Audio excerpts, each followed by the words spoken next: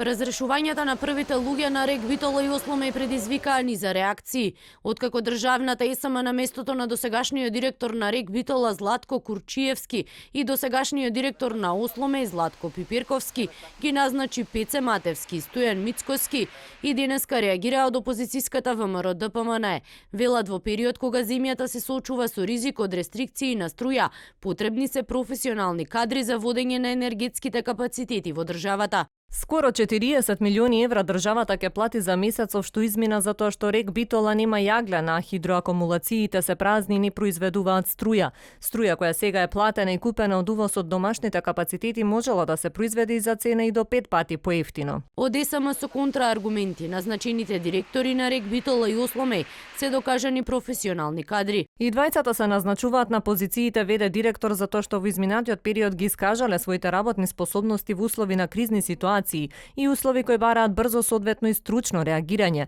и дале значаен придонес во работниот и производниот процес на рек Битола и рек Осломе. Смените доаѓаат по низата хавари, немањето доволно јаглен и потфрлањето на домашното производство на струја. Од државната енергетска компанија најавија и други кадровски поместувања во комбинатите за да се подобри процесот на производство и да се соочат со енергетската криза.